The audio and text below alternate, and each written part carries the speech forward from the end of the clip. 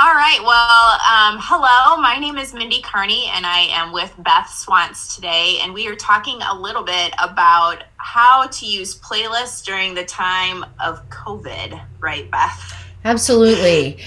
It sounds like we're going to write a novel, The Time of COVID, but we're figuring out how to make this work in this unusual time.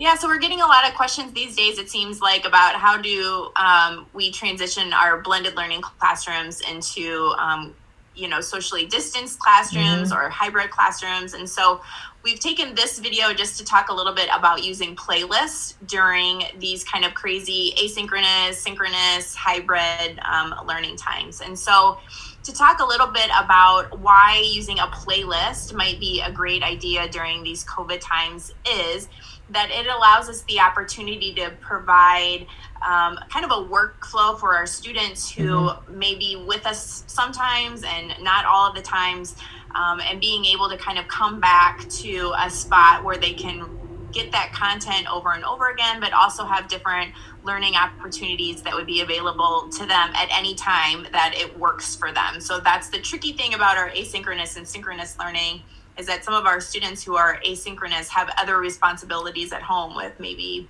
siblings, or maybe their parents are using the Wi-Fi at home, and so they don't have the opportunity to be working at the same time that we would maybe like them to work. So Yeah, I think that's what's really absolutely. great about that playlist, right?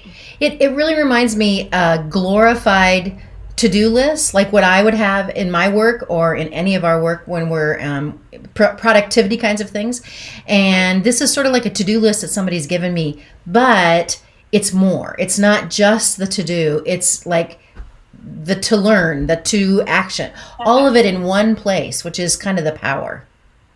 Yeah, so maybe kind of defining what a playlist is a great idea. So we kind of define a playlist as really using a standard as a navigational beacon for our Hmm. planning.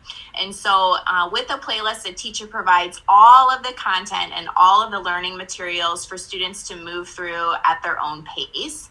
And this content can be delivered synchronously or synchronously, perhaps through instructional videos alongside some learning materials and practice activities that would be provided for our students. And there's often some choice built in there so that students can kind of access multiple modes of learning. But also, in addition to that, is building in some checkpoints or scheduled check-ins with our students. That's really essential because we need to stay connected with them and with the learning that they're doing. Yeah, I mean, a playlist is not just I hand a to-do list. As a teacher, I hand a to-do list to students and turn them loose.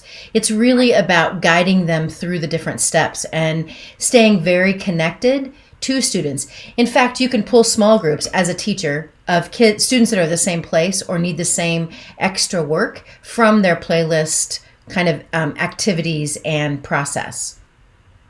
Right, and there's a lot that goes into that, right? So kind of like you said, it's not something that you just send off the students to do. And if students have never accessed a playlist, or if this is just you getting started, some recommendations that we have if you're just kind of starting to play with playlists and thinking about how this might work in your classroom, is that it's really about thinking about that learning in chunks. So when we introduce content to our students, then maybe we have them practice for a little bit and then we formatively assess.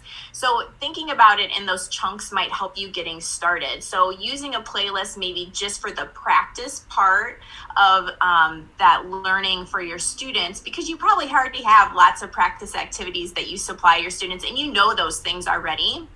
So thinking about how you can provide those practice activities so students can go in and kind of work at their own pace, but also not giving them so much choice and so many different Yeah. activities that it's overwhelming. Don't you think that's really important, Yeah, Beth? it's not, we heard from teachers in the spring that what they gave their students was just a list of websites or a list of activities. This is not that because you're connecting. It's every one of the things on the playlist has your kind of teacher connection to it. So you've sorted through that long list of things, and now you're just really honing in on the things that are most important and putting them together. I think the other thing that's really important here is we also are training our students how to be independent in this process. So they may not be used to having more than a little bit of step-by-step process from a teacher. This is really helping them understand what learning is about and how they do it as well.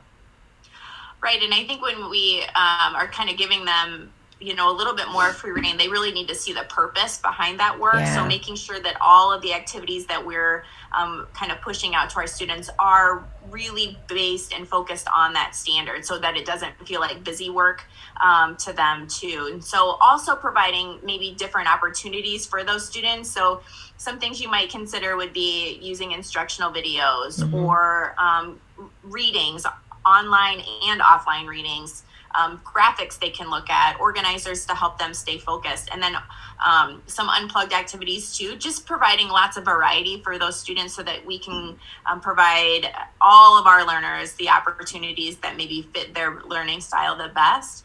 And then putting that maybe on a Google Doc or in Google Slides so that students can access it at any time.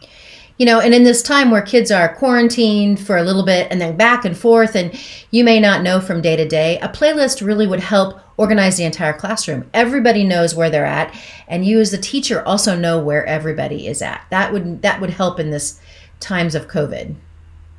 Yeah, so just a couple of tips that we have too, if you are having your students getting started with this, is maybe providing some time recommendations for each activity. So if they're not used to effectively organizing themselves and their time, to say to them, this activity should take you about 15 minutes, so that they can kind of keep an eye on the clock and help them stay on task and a little bit paced, might help them work through some of those things as well.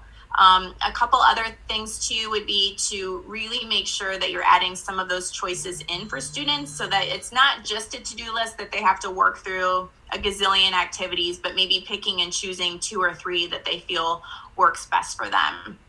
And then always make sure that you're asking for feedback from your students and finding out what is working for them and what's not. And then make sure you're using that feedback as you're planning forward, so that students know that you're listening to them and are taking their recommendations to make the learning a little bit better. I think that may be one of the most important pieces to this whole puzzle, because if students know that they're part of the process, it does change engagement. That's what all the recent research has said. Part of the engagement issue in our virtual learning is that students don't feel like they're part of the process. So this is one way to get them front and center again in the work that's being done in the classroom. So below this video, you're going to find some additional resources for how to create playlists. There's going to be some different examples for you to check out too, and some templates. So as you move below this video, hopefully you'll find some other opportunities and learning to help you get started.